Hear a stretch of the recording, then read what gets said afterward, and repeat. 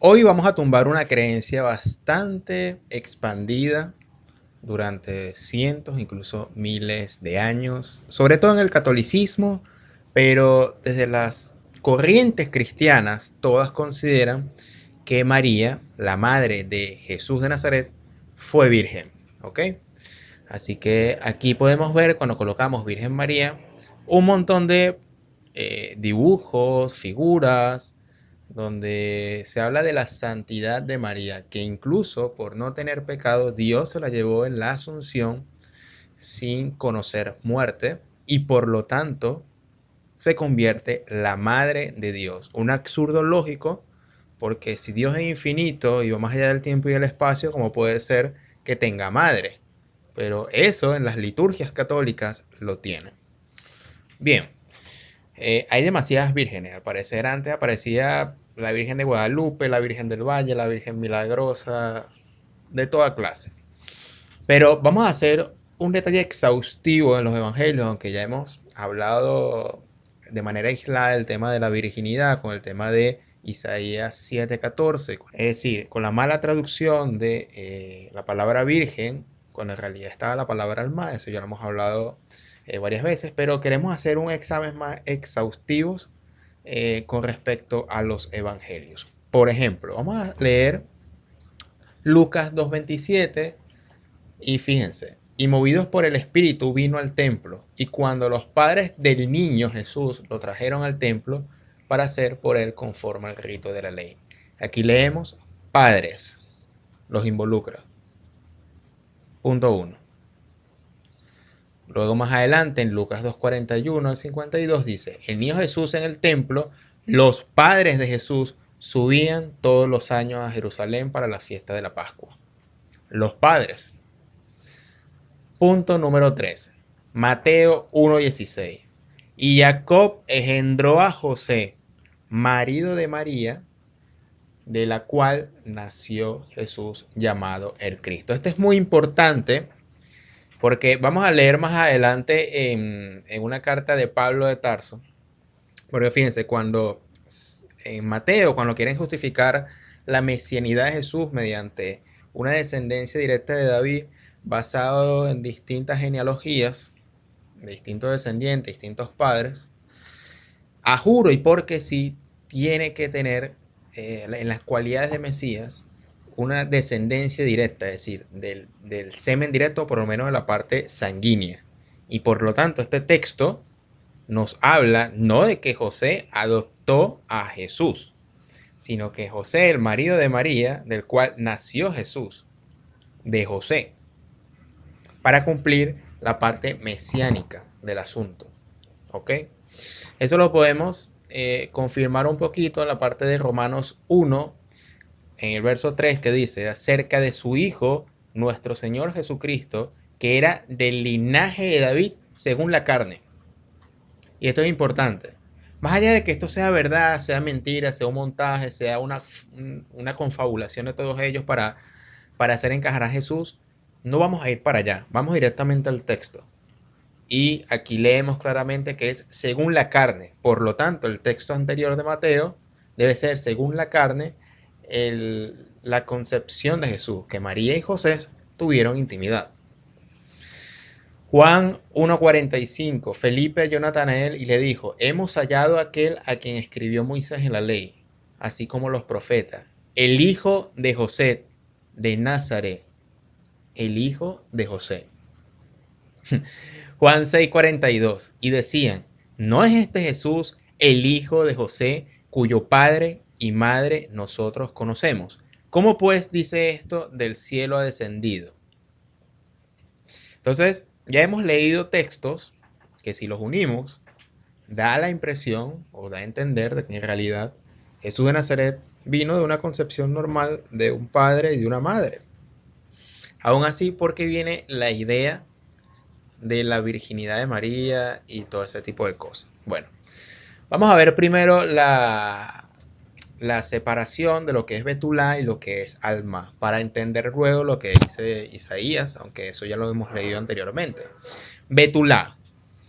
En la Torá, Rebeca a los 10 años es presentada como una niña, una virgen a quien ningún hombre había conocido. Ahora bien, una muchacha desde la infancia hasta la adolescencia, era muy hermosa a la vista, una betulá. Ningún hombre la había conocido. Y ella bajó al pozo, llenó su cántaro y subió. Génesis 24:16. Básicamente, Betulá es una mujer, una niña, a los 10 años en este caso, que es virgen. No conoció nombre. Es decir, es el concepto de virginidad que tenemos actualmente. Una mujer que no ha tenido aún relaciones sexuales. Más adelante, hay varios ejemplos, pero vamos a la palabra alma.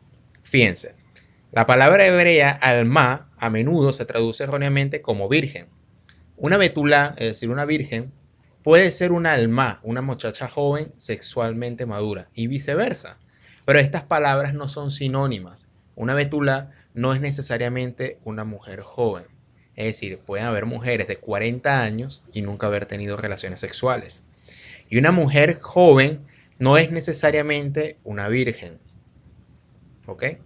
Es decir, pueden tener relaciones a los 10 años, a los 12 años, a los 15 años, según el concepto de joven para ese tiempo.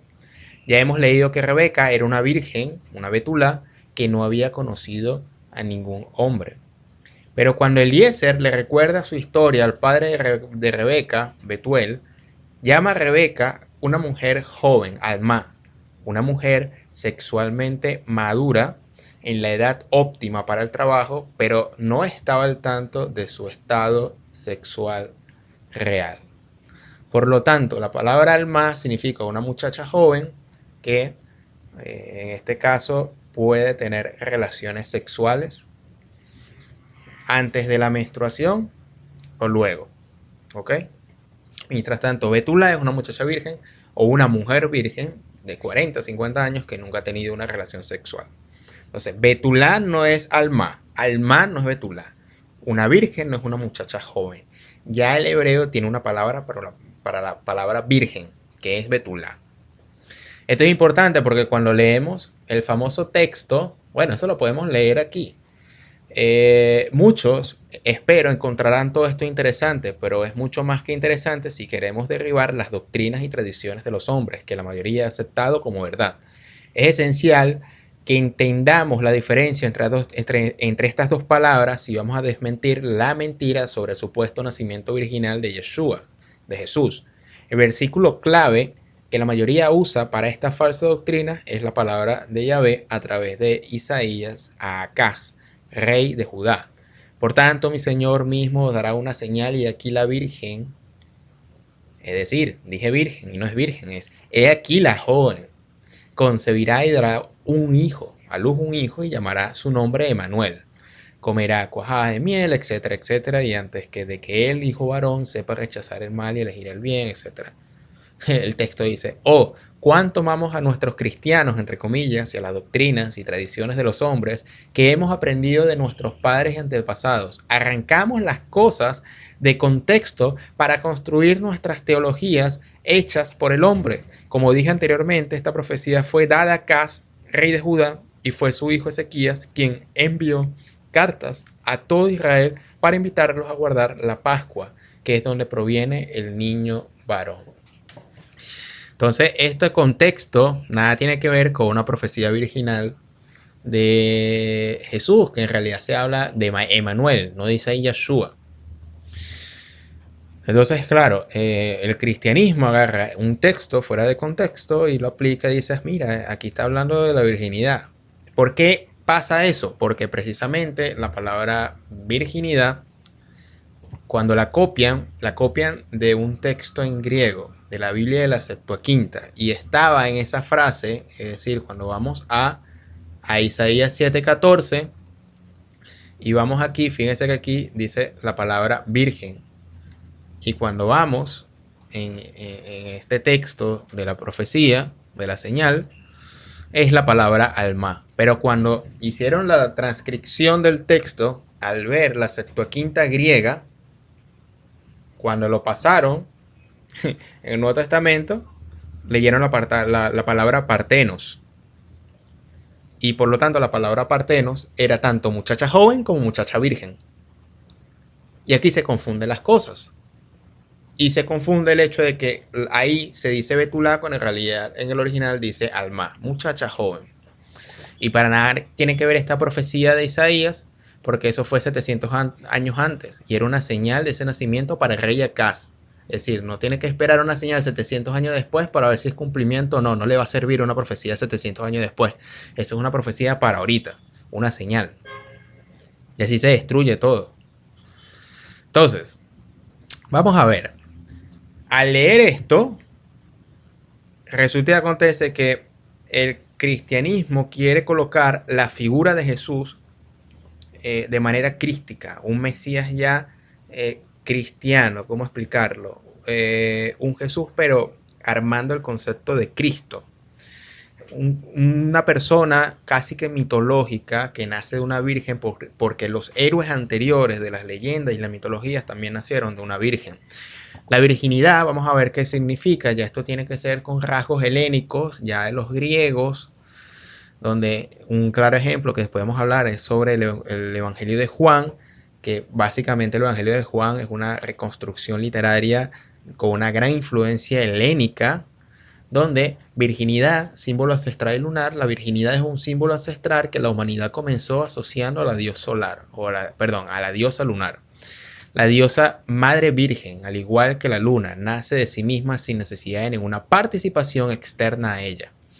Es la vida y engendra por sí sola y de sí misma la vida. Es luz y engendra luz. Esta diosa virgen lunar es virgen porque lleva dentro de sí misma la capacidad de fertilizarse, de engendrar. Este ser virgen no tiene nada que ver con la pureza sexual, tal como la cultura cristiana ha propagado durante siglos, valiéndose del dogma, ritos y tradiciones. La imagen central de la Virgen simbólica pervive en antiguas tradiciones de todos los pueblos y por ser patrimonio de la espiritualidad humana también está presente en los textos de la Biblia. Hay hombres o héroes excepcionales. En las religiones antiguas, con las que el cristianismo tuvo que competir en los primeros siglos y de las que también se nutrió, los hombres excepcionales, extraordinarios, ejemplares, nacían de vírgenes. Era una forma de mostrar lo maravilloso y especial de su destino y de su mensaje, es decir, como una señal del destino o de Dios. Atis nació de la Virgen Nana, Buda de la Virgen Maya, Krishna de la Virgen de Baki, Horus de la Virgen Isis, Mitra y Zoroastro también nacieron de madres vírgenes. También el dios de la cultura mexicana y Huitzilopochtli nació de una virgen. Y aquí habla de la virginidad de María y todo lo que habíamos explicado y de dónde nace esto. Por lo tanto, ellos se encuentran en un meollo teológico donde quieren sacar a Jesús como un ser perfecto que no tuvo pecado. Y como tenían la idea de que el pecado ya concebido en Hebreos 8 y todo ese tipo de cuestiones que Pablo de Tarso se inventa, eso ya lo hemos hablado en videos anteriores, quieren seguir una línea coherente. Recuerden que primero se escribieron las cartas de Pablo para que después los evangelios sigan una línea coherente de las ideas de Pablo, entre ellas el pecado original. Entonces, dicen, si Jesús no nació por obra del Espíritu Santo, sino con la intervención de José, entonces Jesús no es libre de pecado, porque se concibió por el sexo. Y si Jesús fue concebido en pecado, entonces no puede salvar a ningún hombre, porque él mismo requeriría salvación, porque tendría pecado en su humanidad. Es decir, el único que puede salvar es una persona santa, pero si tú tienes pecado no puedes salvar. Nadie con pecado salva o perdona pecados. Y si creían la lógica del nacimiento virginal para decir que vino intacto del cielo, porque si viene de un hombre, José no sería hijo de Dios. Y quisieron crear a Jesús tal como los mitos paganos de los héroes que vienen de vírgenes. Jesús debió ser hijo de una virgen. Si Jesús viene de un hombre, está marcado con el pecado original y no sería un salvador, y se reemplazó por la concepción directa y sin pecado por el Espíritu Santo. Y así tiene mérito, porque no tiene pecado para salvar y por tanto es Dios mismo. Sería un hombre y Dios al mismo tiempo. El Cristo cristiano es una desfiguración del Mesías judío y su concepto, si ya lo hablamos, e incluso es una antítesis del Mesías judío. Desfiguraron la imagen de Jesús y su misión espiritual secuestrado por la religión. Recuerden que aquí no estamos hablando de que si Jesús existe o no existe, estamos hablando del personaje de Jesús y cuánta tergiversación le hicieron en torno a su figura para meterle un mensaje que nunca enseñó y le colocaron palabras en su boca que nunca dijo. ¿Ok? Entonces, eso quiere decir que los judíos no creían en nacimientos extraordinarios. Sí, ellos tienen por lo menos 3 episodios en la Biblia del Tanakh donde hay nacimientos espectaculares donde Dios se introdujo en esa escena en particular donde luego produjo un nacimiento. ¿Ok? Por ejemplo, este hecho podemos leerlo en Isaac. En la tradición bíblica, el nacimiento de Isaac fue resultado de un pacto de Yahvé y Abraham. Este pacto selló la elección del pueblo judío como receptor de la ley divina. Nació cuando Abraham tenía 100 años de edad y Sara 90, es decir, ya tenía la menopausia. No creían que una señora tan vieja, tan avanzada de edad, iba a concebir un hijo y Dios se involucra.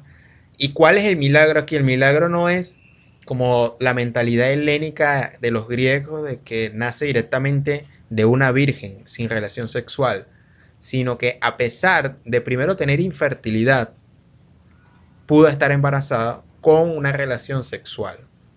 Ese es el hecho milagroso según el concepto judío. Seguimos. El segundo ejemplo, esposa de Manoa, que fue la madre de Sansón. Es un personaje sin nombre del libro de Jueces de la Biblia hebrea. Se le presenta en Jueces 13:2 como una mujer estéril. El ángel del Señor se le aparece, es decir, un enviado de Yahvé, y le dice que tendrá un hijo. En efecto, ello ocurre y la mujer da luz a Sansón. Nuevamente, no es que no tuvo relaciones sexuales, es que primero tuvo tantas relaciones sexuales y nunca concibió hijos. Vino el ángel, preparó un óvulo especial, vamos a decirlo de esa manera, luego tuvo relaciones, en este caso, o mejor dicho, tuvo relaciones y ya el embarazo estaba y le anunció que va a tener un hijo. Entonces, o tuvo relaciones antes o tuvo relaciones un poco después, en medio de la anunciación de este enviado. Y tenemos primera de Samuel, en este caso 10, y Ana estaba muy triste y lloraba mucho porque oraba al Señor. Le hizo una promesa a Dios: Señor Todopoderoso, mira lo triste que estoy, acuérdate de mí, no me olvides. Si me concedes un hijo, te lo entregaré a ti, será un nazareo. No beberá vino ni bebidas embriagantes y nunca se cortará el cabello. Más adelante, el nacimiento de Samuel. El Cana tuvo relaciones sexuales con su esposa Ana y el Señor se acordó de ella. Ella concibió y para esas fechas, el año siguiente, dio a luz un hijo y le puso el nombre Samuel.